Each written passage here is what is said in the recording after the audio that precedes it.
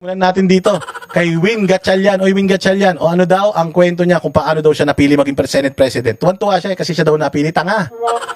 Hindi ka pinili na maging Senate President dahil magaling ka. Bobo.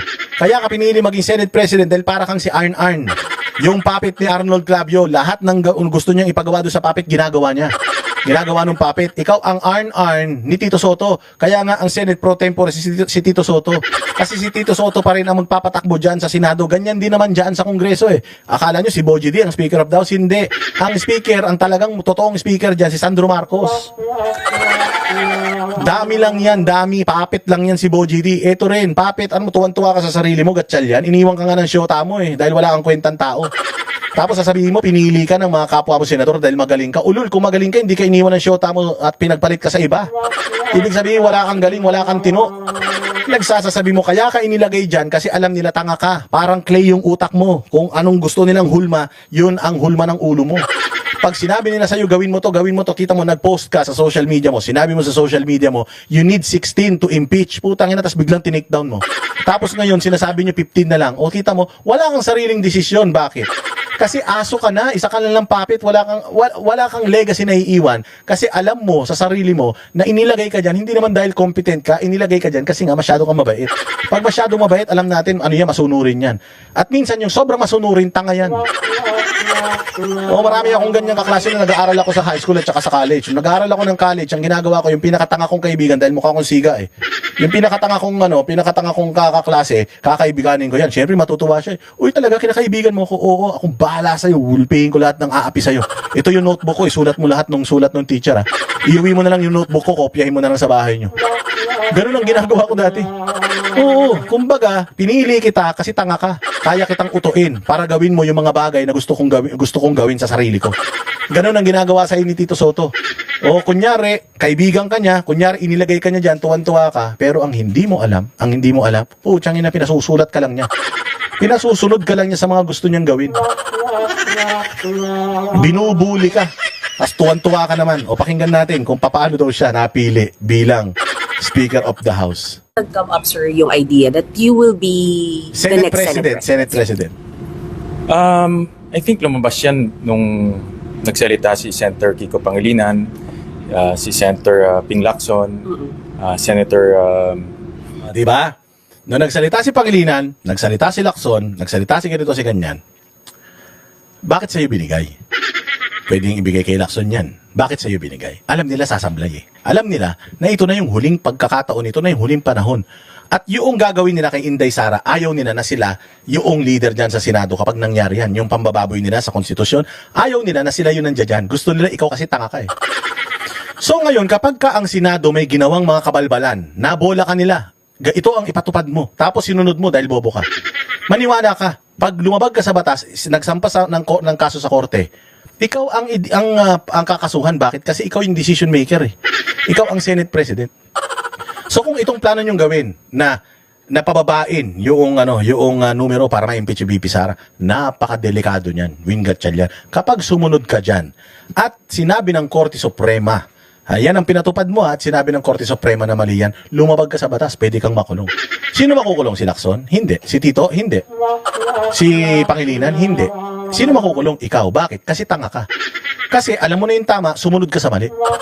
O, so ikaw yung nilalagay nila sa lutuan, ikaw yung niluluto nila. Sila yung in personal interest nila, inuutos nila sa'yo, ikaw naman ginagawa mo. So kapag ka nagkabulilyasuhan, ikaw lahat ituturo niyan.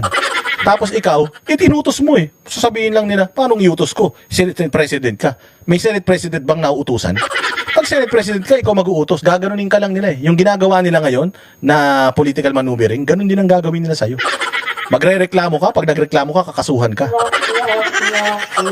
So akala mo pinili ka nila dyan dahil magaling ka? Hindi, kasi pwede naman ibigay yan sa mas matatagal at mas matatalino sa'yo. Di ka naman abogado eh.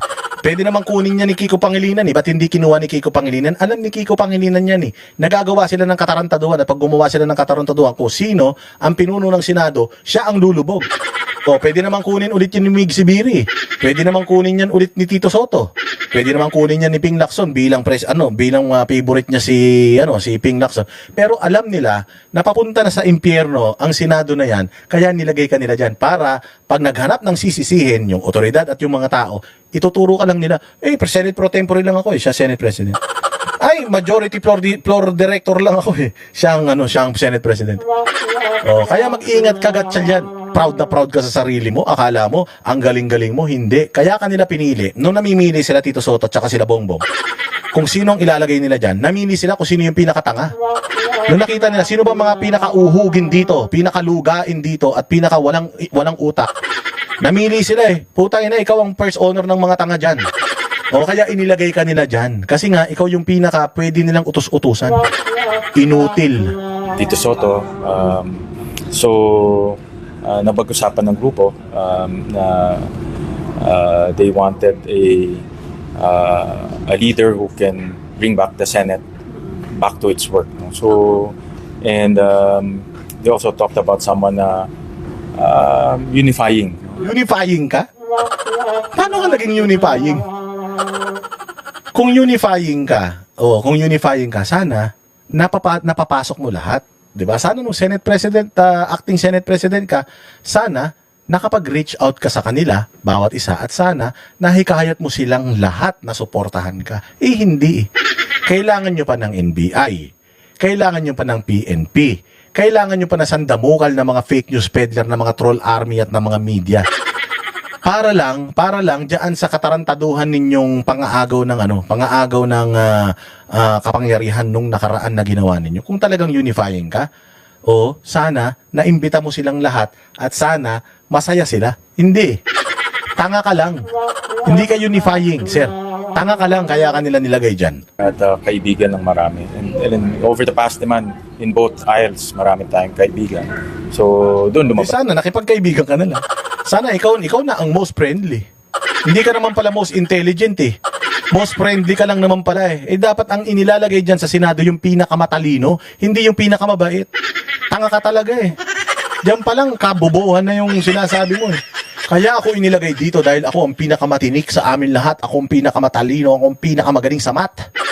Tsang inang yan, mantakin mo, alam mo kami nung nag-aaral kami nung high school, pagka-class president na, yung pinakagago naming kaklase, yung pinakatanga, yun yung dinonominate namin. Tataas ako ng kamay. I nominate, itong kaklase ko si Buboy.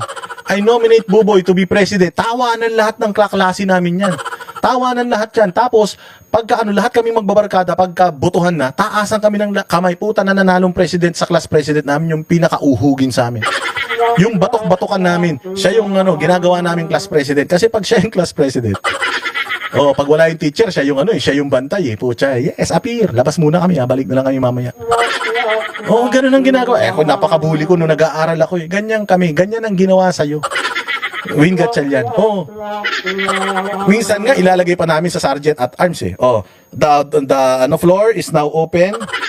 The nomination is now open for sergeant at arms. The duty of sergeant at arms is this, and this. Alam mo ba maglalagay ako, I nominate yung baklang kaklase ko. Yung baklang kaklase ko, siya yung gagawin sergeant at arms. Putang ina niya, naka-lipstick pa, putya sergeant at arms. Ganyan katarantado. Noon, ginawa sa yan school bukol. Tandaan mo, si Tito Soto, school bukol yan, di man nag-aral yan. Nag-aral yan sa One Ball University, puro katarantaduhan ang alam ng mga yan. Parang si Boss Dada yan, puro kalokohan lang. Ikaw nilagay dyan, akala mo ikaw pinakamatalino, tangi, hindi.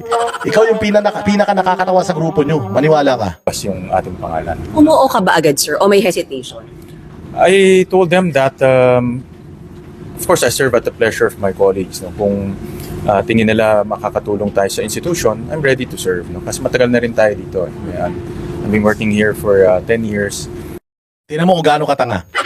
I work at the pleasure of my colleagues. Hindi, you work at the pleasure of the Filipino people. And your constituency is the whole Philippines. You serve at the pleasure of the Filipinos. So dito, umamin si tanga. Ganyan siya katanga. Na ang importante sa kanya, kayo, hindi. Ang importante sa kanya, yung mga kasamahan niya. I serve at the pleasure of my colleagues. Gago. Kung gusto ng tao na maging Senate President ka, dapat yun ang sinusunod mo. You serve at the pleasure of the taxpayers na bumoto sa'yo. Inutil. Hindi yung mga kasamahan mo ang amo mo na dapat pinasasaya mo. Ang amo mo na dapat pinasasaya mo, yung taong bayan. You should serve at the pleasure of the taxpayers, hindi serve at the pleasure of my colleagues in the Senate. Abnormal. Di ba? Bobo. Yan ang yan. Tanda-tanda na 10 years na sa Senado, walang utak. Anak ng tinapay ka. Oh. And napakita ko naman yung aking seriousness sa trabaho. No? So, Serious daw siya sa trabaho, naniniwala kayo? Hindi, kasi ganito yan mga bossing ha. Sabi ni Mig Zubiri to anong nakaraan. Si Vin Gatchalian ang pinaka-late umuuwi dito. Nagagalit na nga yung kanyang mga staff kasi hindi na daw sila umuuwi ng normal. Hindi na daw sila umuuwi sa tamang oras. Alam mo, sign yan na bobong leader ka. Bobong leader ka. Bakit? Ang trabaho natin, alimbawa alas 8 ng umaga, alas 5 ng umaga, ang hapon dapat tapos ka na. Ngayon, kapag nakita mo yung tao mo, kung ako magaling ako na leader kasi ako nagkaroon ako ng mga tao o may posisyon ako dati sa aking kumpanya, nagkaroon ako dati ng mga tao na minamanage. Titingnan ko yung workload ng tao ko. Pag nakita ko yung tao ko nag-overtime, galit na galit ako niyan. Hey, ba't nag-overtime ka? Anong oras dapat nagtatrabaho ka pa? Dapat umuwi ka na. Alam mo, sasabihin sa akin, sir, ang dami kasi. Oh, ba't madami? Oh, ba't madami yan? I-review ko ngayon yung workload niya. Oh, i-review ko yung workload niya. Kasi ayaw ko na umuwi siya ng late. Kasi sa akin, work-life balance. Tatrabaho ka, kailangan makauwi ka sa pamilya mo para makapagtrabaho ka. So, i-ano ko yun. Yung tao na yun, i-reviewin ko yung workload niya. Titingnan ko kung ano yung kung ano yung workload na pumapasok sa kanya, yung proseso niya, aaralin ko yun. Babantayan ko yun. Tapos, aalamin ko kung bakit lumalagpas siya sa alas 5. Oh, kung bakit lumalagpas siya sa alas 5. Dalawa lang yan. Either tamad siya or bobo siya. Or sobrang dami talaga ng trabaho niya.